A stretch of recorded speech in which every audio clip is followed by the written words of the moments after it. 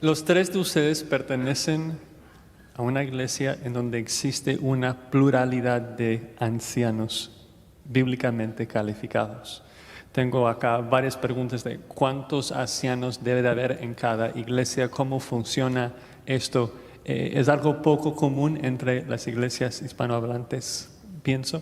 Entonces no sé si nos puede hablar un poquito de las ventajas y de por qué es bíblico tener una pluralidad de ancianos bíblicos a cargo de la iglesia local.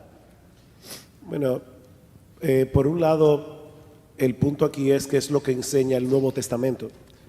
Y la palabra pastor no aparece nunca en singular en el Nuevo Testamento, a no ser que se refiera al Señor Jesucristo.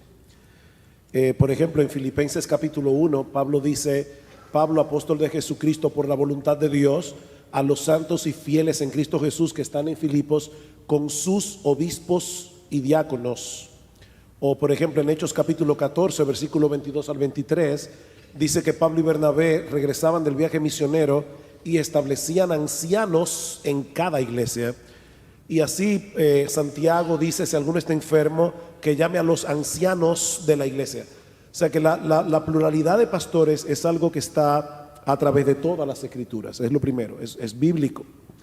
Ahora, Dios no le da a toda iglesia una pluralidad de pastores. Y una cosa es que Dios no los haya dado, y otra cosa es que rechacen el esquema bíblico. Si un pastor aquí él está solo, debe orar al Señor que en su momento levante otros hombres allí. ¿Cuántos? Los que Dios levante. Yo no puedo decir por cada 25 miembros un pastor, porque es que Dios no obra de esa forma tan matemática en la vida de la iglesia. Ahora, ¿por qué es importante que haya una pluralidad de pastores?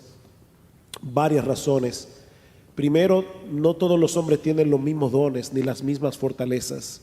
El hecho de que haya una pluralidad de pastores permite una sabiduría colectiva de hombres piadosos que pueden guiar a la iglesia mucho mejor que cuando está un solo hombre.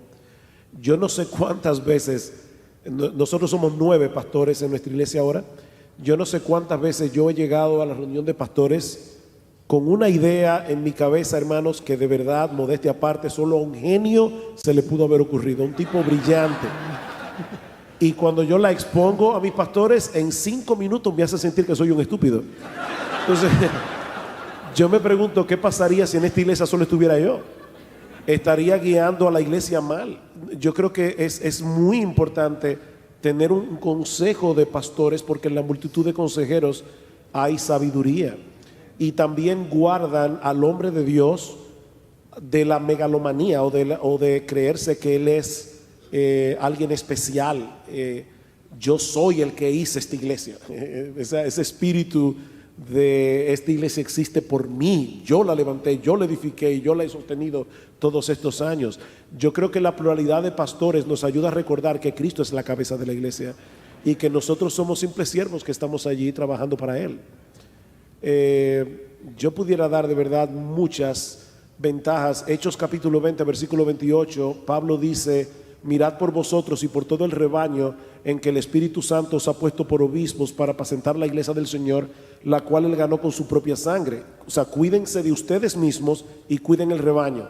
Pero luego el apóstol Pablo da una razón, dice: porque de entre vosotros se levantarán lobos rapaces que no perdonarán al rebaño. Una de las ventajas que tenemos en una pluralidad de pastores es que los pastores somos ovejas, y a veces los pastores olvidan eso.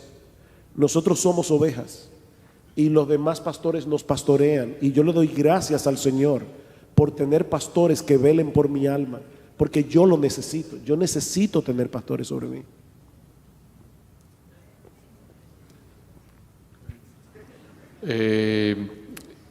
En Proverbios dice: todo camino del hombre es derecho en su propia opinión, engañoso es el corazón del hombre. Necesitamos, como decía Sugel, a otros que nos pastoreen.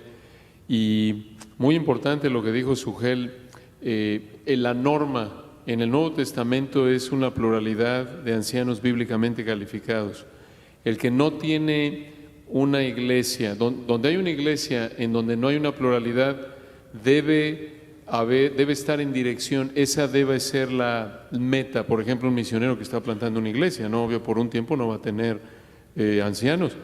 Y es interesante señalar otra vez como ilustración a lo que decía Sugel, el único lugar en la Biblia donde encuentras una congregación pastoreada por un hombre es en donde hay un hombre llamado Diótrefes.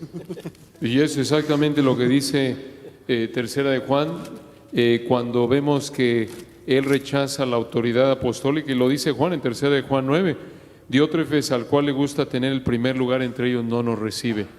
Y ese es el problema. Cuando hay una iglesia donde no hay una pluralidad de ancianos, puede ser por ignorancia, puede ser porque está en proceso puede ser porque necesita preparación el que está pastoreando, guiando, y es cuestión de tiempo si Dios quiere, porque tiene por lo menos tiene la actitud correcta. El problema de fondo es, como dice Sugel, es cuando tienes ahí a como decimos en México, un chicharronero, hay un cacique, ¿no?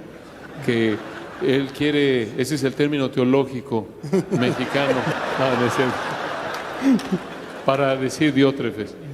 Okay. El problema es cuando tienes esa actitud de orgullo, ¿no? ¿Esa es la palabra griega, chicharronero? Sí, es azteca. No. De chicharos en griego.